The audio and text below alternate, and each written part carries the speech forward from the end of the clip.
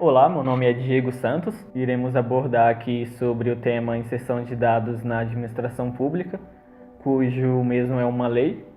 Bom, o artigo 313-A e 313-B. O 313-A, o que ele diz?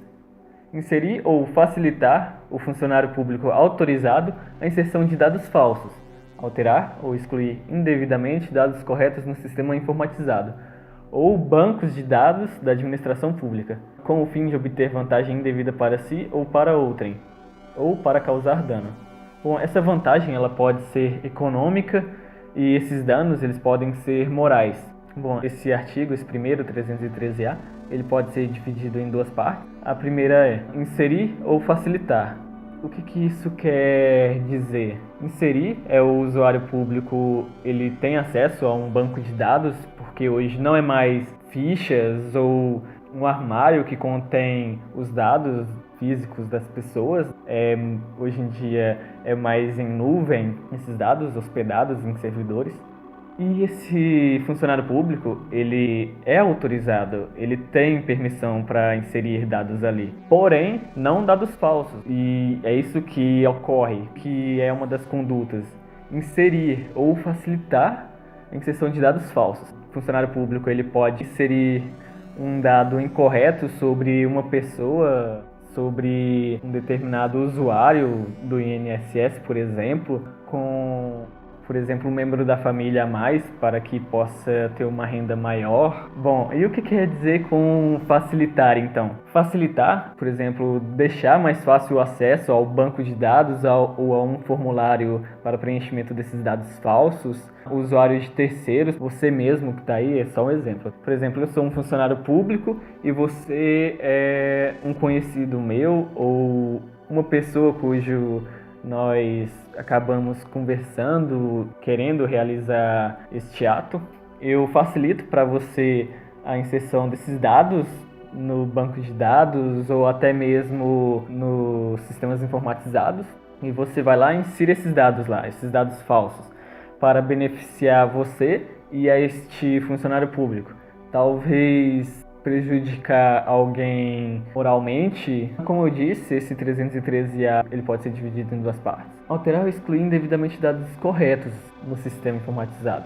Este funcionário público, ele é autorizado, como eu já disse, e ele tem acesso ao banco de dados e o sistema informatizado. Ele pode muito bem ir lá, alterar um dado, excluir, inserir, facilitar, pode fazer bastante coisa. Bom, ele vai alterar esse dado, por exemplo, tem um usuário de INSS que foi cortado do benefício por apresentar dados incorretos ou acabar não se enquadrando mais no que é requisito para o benefício. Este usuário, ele corre atrás, manda uma carta solicitando o benefício de volta, requerindo ele, pois para ele talvez fosse necessário ou não. Muitas das vezes pode ocorrer de que ele conheça algum funcionário público que tenha autorização para isto no INSS, faz parte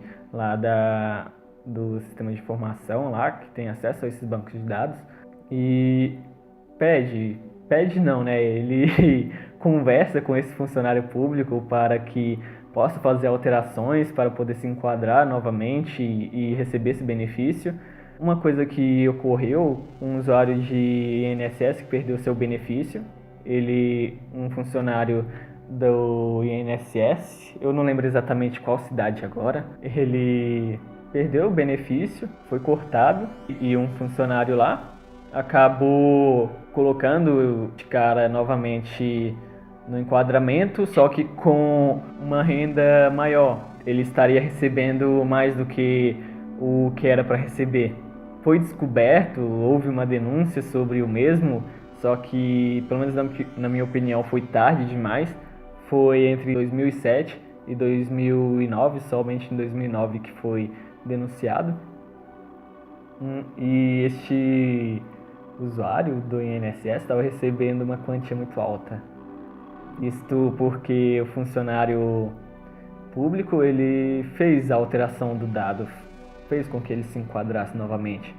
e alterou de uma forma com que ele ganhasse mais, isso beneficiando ele economicamente. Não somente ele, né, mas o funcionário público, que pode ter certeza que ele também estava ganhando parte disso. E a pena para isso varia de 2 a 12 anos, como eu disse no começo.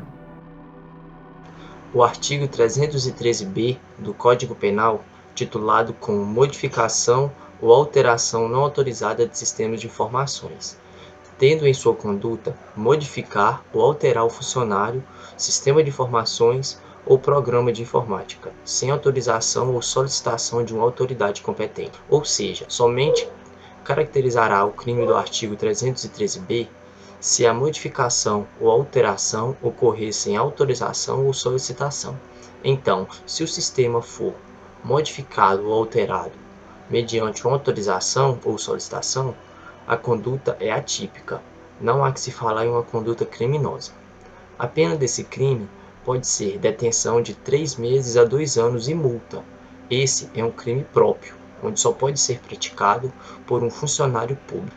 Diante disso, ambos são denominados peculato eletrônico, mas temos algumas divergências entre o artigo A e B.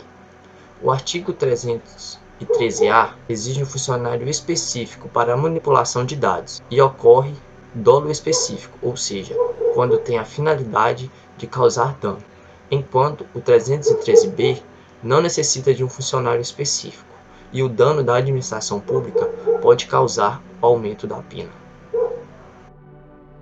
Um analista de sistema é responsável por analisar, documentar, projetar e muitas vezes até programar e testar sistemas de informação. Esse analista precisa conhecer os tipos de dados com os quais está lidando e também os objetivos que a empresa quer atingir. Após o desenvolvimento, o analista precisará instalar e configurar o banco de dados para funcionar junto ao software da empresa. Ele também deve preocupar no que se diz a respeito à administração de banco de dados e garantir a segurança das informações inseridas no software. Portanto, ele deve instalar, adaptar programas específicos de proteção de dados. Diante dos fatos, percebemos que os analistas de sistema têm acesso direto aos dados de uma empresa. Assim, deve evitar a inserção de dados falsos, alterar ou excluir indevidamente dados corretos nos sistemas informatizados ou banco de dados da administração pública, com o fim de obter vantagens para si ou para outro.